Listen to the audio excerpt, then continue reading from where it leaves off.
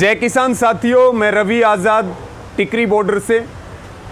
कल से हरियाणा के उप मुख्यमंत्री के कुछ बयान चल रहे हैं जो सीधे तौर पर उनकी मानसिकता को दिखाता है, और हम दुष्यंत चौटाला जी को ये बात कहना चाहते हैं कि जो चौधरी देवीलाल जी का संघर्ष था, विरासत थी, दुष्यंत चौटाला जी ने उनके संघर्ष को और उनकी विरासत को पूरी तरह से दागदार और कलंकित करने का काम किया है।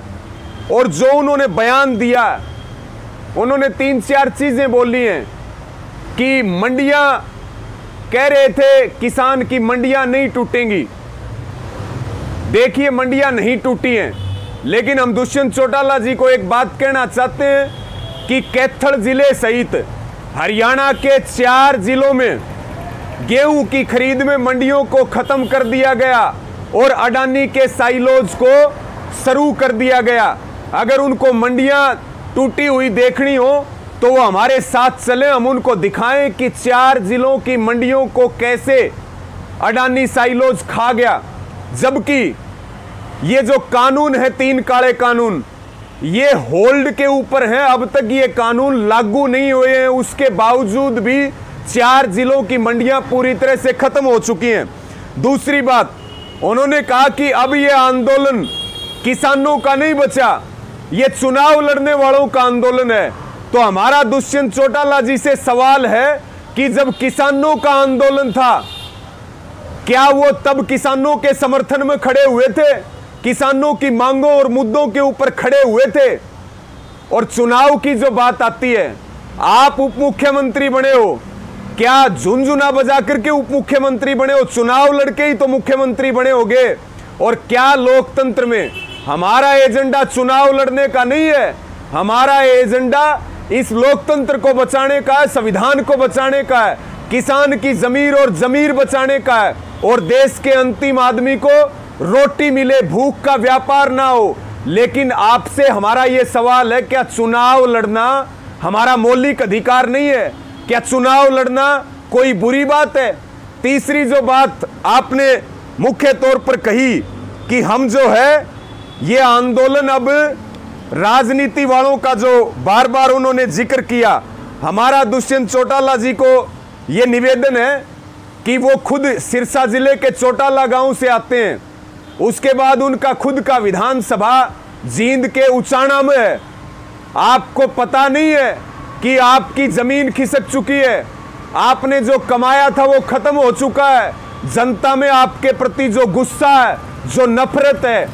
और हमारा आपको चैलेंज है कि आप अपने खुद के चौटाला गांव में कोई कार्यक्रम करके दिखा दो, उचाना विधानसभा के किसी गांव में घुस के दिखा दो, आपको आपके विधानसभा के लोग जो वो गांव में नहीं घुसने देंगे। और ये भी हमारा चैलेंज है, आप इस्तीफा दे करके आइए, हरियाणा में कहीं से भी चुनाव लड़िए।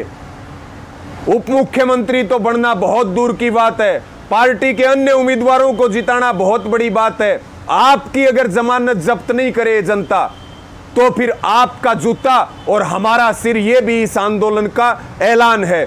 एक बात आपने और कही है कि मैं भी किसान हूं। दुष्यंत चौटाला जी, ना आप पहनावे से किसान हैं, ना आप बोल से किसान हैं, ना आपका कार्य किसानों जैसा है। ये बरगलाना बंद कीजिए। आपने हमारे ऊपर चुनाव लड़ने का आरोप लगाया है, नेताओं के ऊपर चुनाव लड़ने का आरोप लगाया है। जो हमारे 400 किसान शहीद हुए हैं, मजदूर शहीद हुए हैं, क्या वो चुनाव लड़ने के लिए उनकी शहादत हुई थी? इसलिए आपको सीधी चेतावनी है, आपका भविष्य खत्म हो चुका।